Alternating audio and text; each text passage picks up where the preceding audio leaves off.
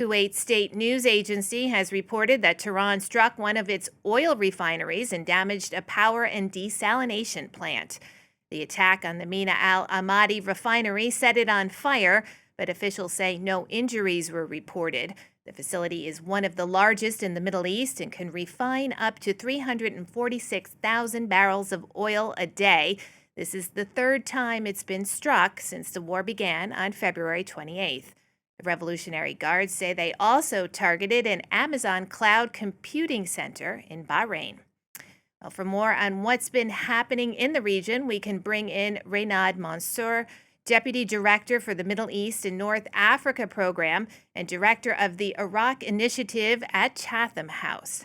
Thank you so much for joining us today on the program. Now, I want to begin with this article that you wrote in Foreign Affairs. You said that so far, Iraq has managed to stay out of recent regional conflicts by pursuing a careful strategy of multi-alignment, maintaining ties with both Iran and the United States. Now, can it still pursue that policy with what's currently happening in the region? I think the scope of this war now, this latest iteration of the conflict, and the fact that Iran is now fighting what it sees as an existential fight, means that that's no longer the case. For several years after October 7th, after Hamas's attack on Israel and Israel's response across the region, in wars in Palestine, but also in Lebanon, in Syria, in Yemen, Iraq managed to stay out of it, largely out of it, insulated from it. And Iran was still trying to hold on to that status quo, seeing these kind of as small fights and talking about this strategic patience. Iran was being patient. This is no longer the case. Iran is no longer holding on to the old status quo. Iran is looking to create a new status quo.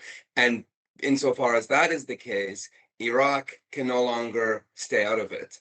And what we've seen in Iraq, which is a very integral neighbor for Iran, what we've seen is the conflict both in military terms. The Iraqi government forces have actually been hit by both sides, Iranian-linked groups and American groups, or America and Israel.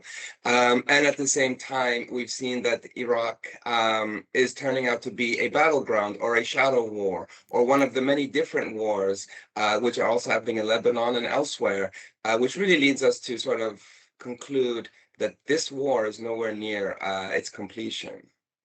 Now, what are the risks for Iraq? I mean, we touched a little bit on security there. I mean, is there a risk of civil war? There's also, I'm sure, an economic impact as well. The economic is the most dire and immediate. Iraq relies on its oil, its energy, for more than 90% of its budget. Most of that goes to paying state salaries for civil servants. So it's likely that many Iraqis will get delays or won't be able to have salaries, so there will be an economic crisis. Iraq also relies on the Strait for food, for medicine, for trade. We're already seeing high prices because of this war. And also Iraq relies on Iran for electricity. And with that being cut off, and we're going into what will be very hot summer months in Iraq, without electricity makes life very difficult.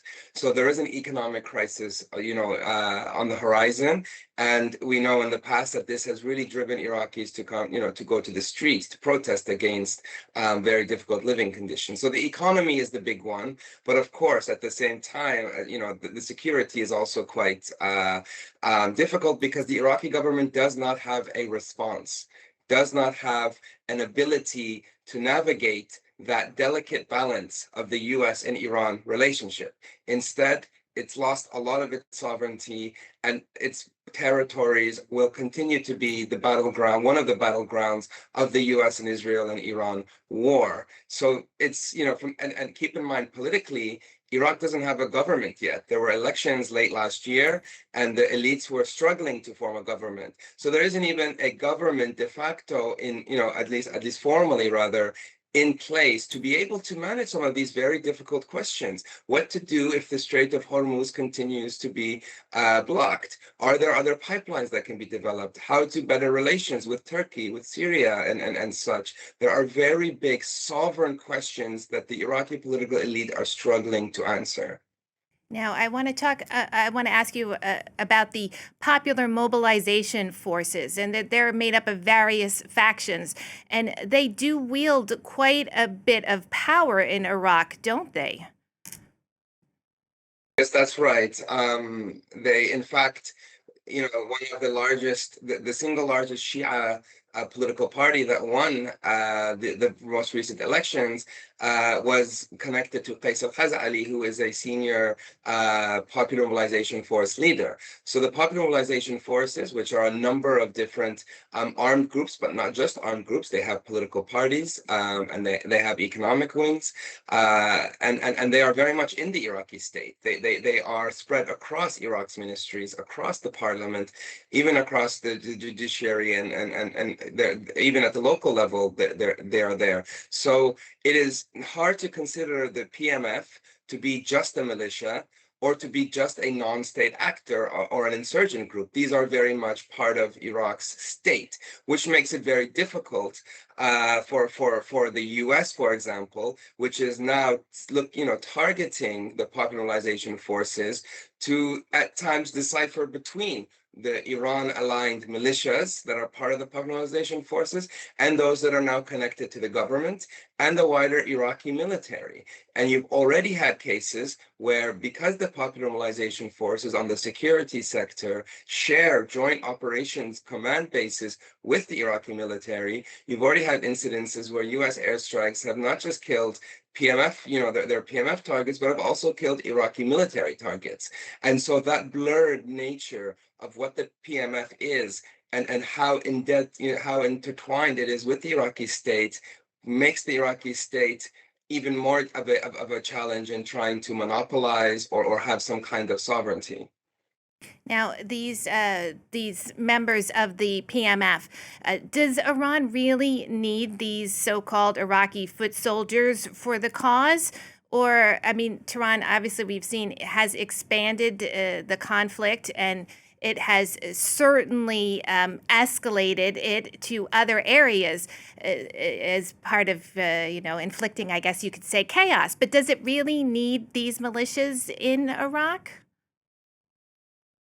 So first of all, some of the more senior PMF leaders, those in the state, have tried to stay out of it as much as possible. And they continue to try and stay out of it. What you have are these smaller groups, which they call the factions. Groups such as Kitab Hezbollah, Nujaba, Kitab Sayyid al-Shuhada.